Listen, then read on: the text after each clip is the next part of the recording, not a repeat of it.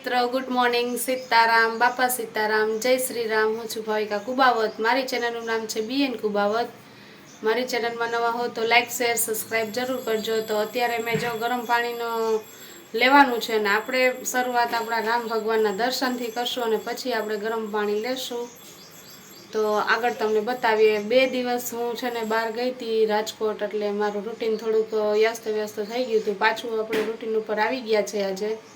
એટલે આજે આપણે કડક ડાયટ લેવાની છે પાછી, કારણ કે આપણે બહાર ગયા હોય એટલે ખાવામાં કંટ્રોલ રહ્યું ન હોય, એટલે કંટ્રોલ કરવા હતું થઈને આજે કડક ડાયટ લેવાની છે। એટલે આજે હું શું લેવાની છું એ પણ તમને આજે કહીશ।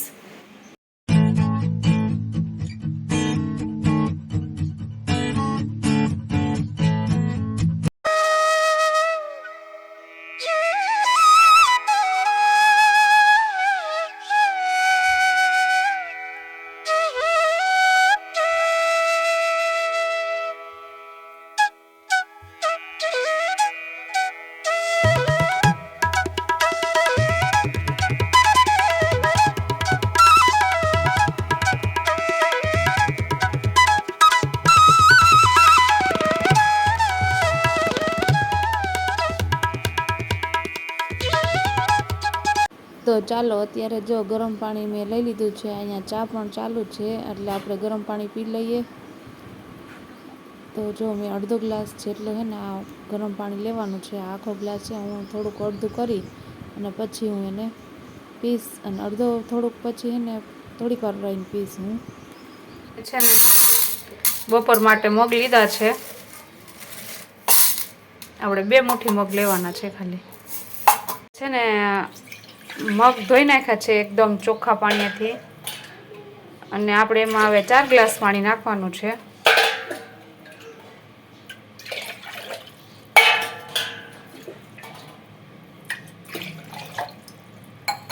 આપણે આમાં પાણી નાખી દીધું ને આપણે એમાં મગ નાખી દઈશું।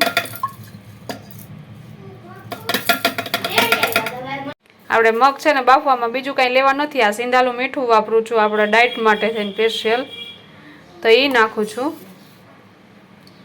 બસ। હવે આપણે છે ને કુકરનું ઢાંકણું દઈ અને 2 સીટી થાય ત્યાં સુધી આપણે મગ બાફશું। તો આપણે હવે મગ બાફવા મૂકી દીધા છે, અને 2 સીટી થાય ને ત્યાં સુધી કરવાના, મગ ફટોફટ બફાઈ જશે। આ તો હું પલાળતા ભૂલી ગઈ છું, પલાળીને કરો ને તો થોડીક જ વાર લાગે છે। તો આ છે ને મગનું પાણી આપણે છે ને મગમાં બાફ્યું હતું ને એટલે આટલું બધું થયું છે, એ આપણે હવે કાઢી લેશું અને આપણે મગ ખાવાના છે બપોરે। આપણે છે ને શાક બનાવ્યું હતું રીંગણા બટેકાનું, એ આપણે મગમાં નાખશું। અને મેં લીધી છે ડુંગળી અને કાચી કેરી, આજે સલાડમાં એ જ લીધું છે।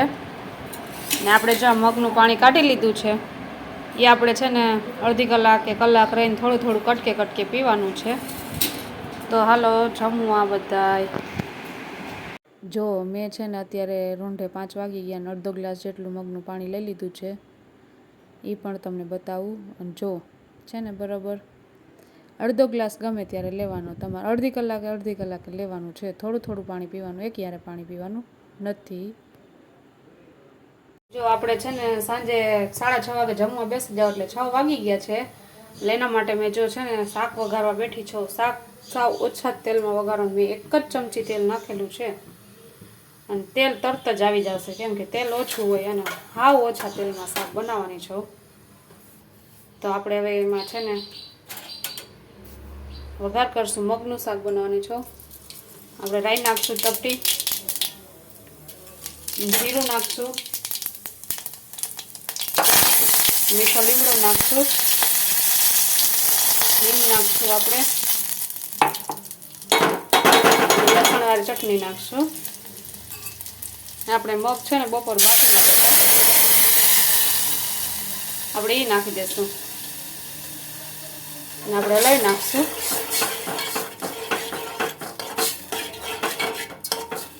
આપણે રસાવાળું જ શાક કરવાનું છે અને એમાં રોટલો ચોળીને ખાવાનો છે, આજે હું તમને બતાવવાની છું। તેલની છે ને ક્વોન્ટિટી સાવ ઓછી, એમાં તમને તેલ દેખાશે જ નહીં। અને આપણે છે ને તેલ ઓછું હોય ને એટલે વઘાર ફટોફટ કરી લેવાનો, નકર છે ને વઘાર બળી જાય।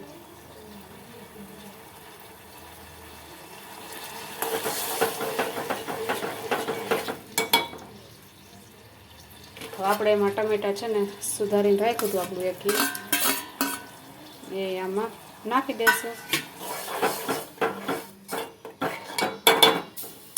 અને આપણે બાફવામાં છે ને મીઠું નાખેલું હતું એટલે થોડુંક નાખવાનું રહેશે. હવે આપણે ટમેટું હજી થોડુંક પાણી નાખશું એટલે થોડુંક મીઠું નાખવાનું રહેશે.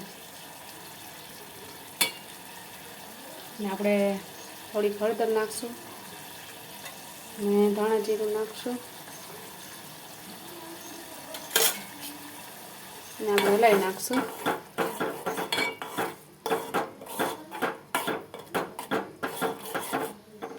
તમારે જેવું તીખું ખાવું હોય એવું તમે બનાવી લ્યો તો હાલે. કોઈ મોરું ખાય મોરું બનાવાય. આપણે થોડુંક પાણી નાખશું ને રસાવાળું શાક બનાવી નાખશું.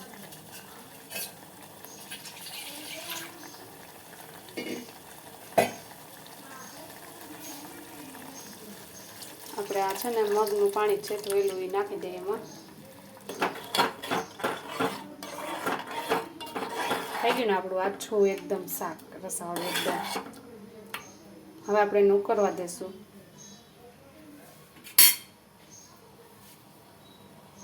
આપણું આ શાક તૈયાર થઈ ગયું છે. એમાં આપણે જો ગળપણ ખાવું હોય તો દેશી ગોળ નાખવાનો થોડોક અમથો. મેં તો નથી નાખ્યું, મને તો મગનું શાક આવું જ ભાવે, લસણવાળું જ.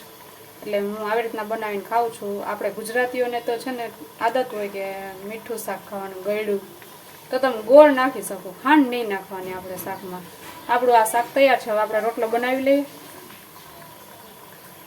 તો આપણે રોટલો છે ને મોરી લીધો છે. હવે આપણે બનાવી લઈએ રોટલો.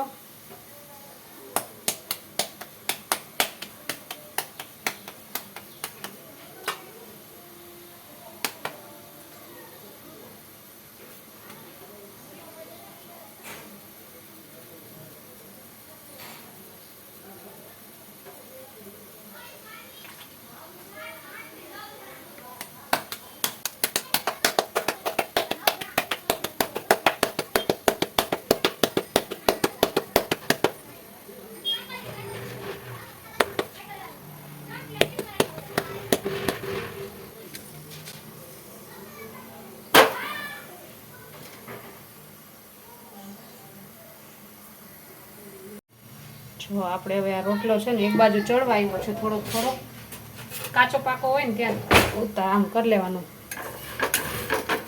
બીજી બાજુ આપણે પલટાવશું.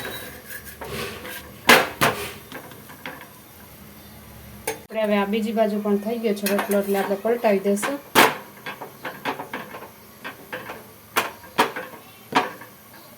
હવે આપણે આ ચડવા દઈશું.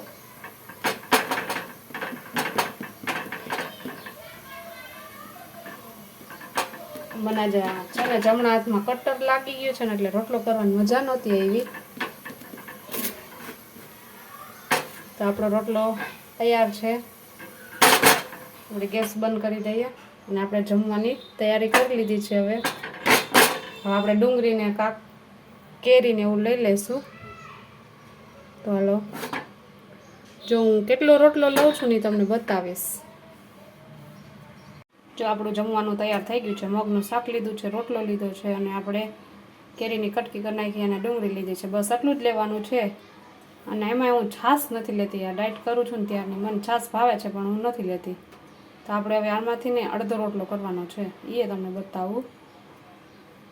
જો મેં છે ને અડધો જ રોટલો લીધો છે અને ઓલું શાક હતું ને વાટકામાં એટલું જ શાક લીધું છે અને અડધો રોટલો પણ વધ્યો છે. આમાંથી હું અડધો જ રોટલો લઉં છું. પહેલાં પોણો રોટલો લેતી હતી, હવે તો અડધો જ કરી નાખ્યો છે. આટલું હું મારા ડાયટમાં છે ને સાંજેનું જ જમવાનું લઉં છું.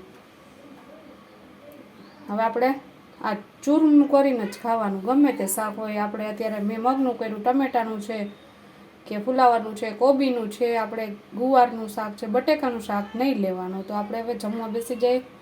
મારા 6:30 માથે 5 મિનિટ થઈ ગઈ છે તો થોડુંક મોડું થઈ ગયું છે. 6:30 વાગે ને ત્યાં બને ને ત્યાં તમારે જમી જ લેવાનું. મોડામાં મોડું 7 વાગે તો હાલશે. તો ચાલો હવે જમી લઈએ. તો ચાલો, હું જમવા બેસી ગઈ છું. સાંજના આપણે અત્યારે 6:30 વાગ્યા છે અને માથે થોડુંક થયું છે ને હું જો અત્યારે ચૂરમું લઈને બેસી ગઈ. તમને બતાવું પણ મેં જો ડુંગળી ને કેરી અને ચૂરમું કરી શાકમાં છે ને મેં બાજરાનો રોટલો ચોરી અને રાખી દીધો છે. હવે હું જમવા બેસી ગઈ છું. ઘરનાનું પછી બનાવીશ, મારા પછી. પહેલાં હું જમી લઉં, પછી લોકોને જમાડું. વહેલું જ જમવા બેસી જવાનું, 6:30 વાગે ત્યાં બને ને ત્યાં સુધી કોશિશ કરજો. જે પણ ડાયટ કરતા હોય એના માટે છે આ, અને આપણા માટે થોડોક ટાઈમ ફાળવવો જરૂરી છે. અને આપણા માટે આપણે નહીં ફાળવીએ તો કોણ ફાળવશે? એટલે અત્યારે હું તો છે ને પ્રોપર મારામાં ધ્યાન દઉં છું થોડું, અને બને ને ત્યાં સુધી તમને પણ કોશિશ કરાવીશ કે તમે પણ ડાયટ કરી અને તમારું પણ હેલ્ધી જીવન તમે જીવી શકો, એને હું ટ્રાય કરવા માગું છું. અને તમને વિડીયો કેવો લાગે ને મને જરૂરથી કહેજો, અને તમને આનાથી ફેર પડશે. તમે પણ ટ્રાય કરજો, એકવાર ડાયટ કરવાનો કોશિશ કરો, અને વિડીયો જોઈને તમને વિડીયોના માધ્યમથી તમને મજા આવશે કે આ છે ને ડાયટ કરવાથી આપણે વજન ઉતરે છે, અને ઉતરે જ છે, ઘણોય ફેર પડે છે. મને ખુદને ફેર પડ્યો છે. અને તમને લોકો જો ડાયટ કરો ને તો તમને પણ પડશે જ. અને ઘરની વસ્તુથી જ હું છે ને ડાયટ કરું છું, બહારની વસ્તુ હું કંઈ યુઝ કરતી જ નથી. લોકો ઓટ્સ ખાવાનું કહે, કોઈ પણ વસ્તુ ખાવાનું કહે, ગ્રીન ટી લેવાનું કહે, હું એ કાંઈ લેતી જ નથી. હું ગરમ પાણી લઉં, મગનું પાણી લઉં, બને ત્યાં સુધી ઘરમાંથી વસ્તુ આપણે જે મળી રહે ને એનાથી જ હું ડાયટ કરું છું, અને એનાથી મને ઘણો ફેર છે. મને અત્યારે જરૂર છે કે બહારની વસ્તુ મળી જાય, પણ કોઈ એવા પણ વ્યક્તિ હોય છે કે બહારની વસ્તુ લેવાનું ન હોય ને ઘરમાંથી જ આપણે ડાયટ કરવું હોય, એટલે એના માટે થઈને જ હું આ વિડીયો બનાવવાનો મારો વિચાર આવ્યો કે હું પણ છે ને આવી રીતના ઘરની વસ્તુથી ને ડાયટમાં છે ને બધી વસ્તુ સામેલ કરું, અને બધી વસ્તુ એનો જ યુઝ કરી અને પછી જ હું છે ને વજન ઉતાર્યો, અને પછી તમારી સાથે અત્યારે હું આ વિડીયો શેર કરું છું. એટલે કોઈ પણ એવા માણસો હોય કે એના માટે આપણે ન બની શકે કે ક્યાંય ગામડા વિસ્તારમાં રહેતા હોય તો અહીંયા વસ્તુ ન પણ મળે, અને તમે ફ્રૂટ ઓછું લ્યો ને તો હાલશે, પણ મગનું પાણી તો બહુ જરૂરી છે. મગનું પાણી અને મગ બાફેલા ડાયટમાં આ તો સામેલ કરવાનું જ છે, એટલે એ એક મહત્ત્વનું છે આપણું ઇન્ગ્રીડિયન્ટ્સ. બીજું તમે થોડું અવોઇડ કરી શકો, તમારી રીતે ફેરફાર કરી શકો. હું આવી રીતના કરું છું, એટલે હું આવી રીતના તમને બતાવું છું. તો અત્યારે હું હવે જમવા બેસી જાઉં.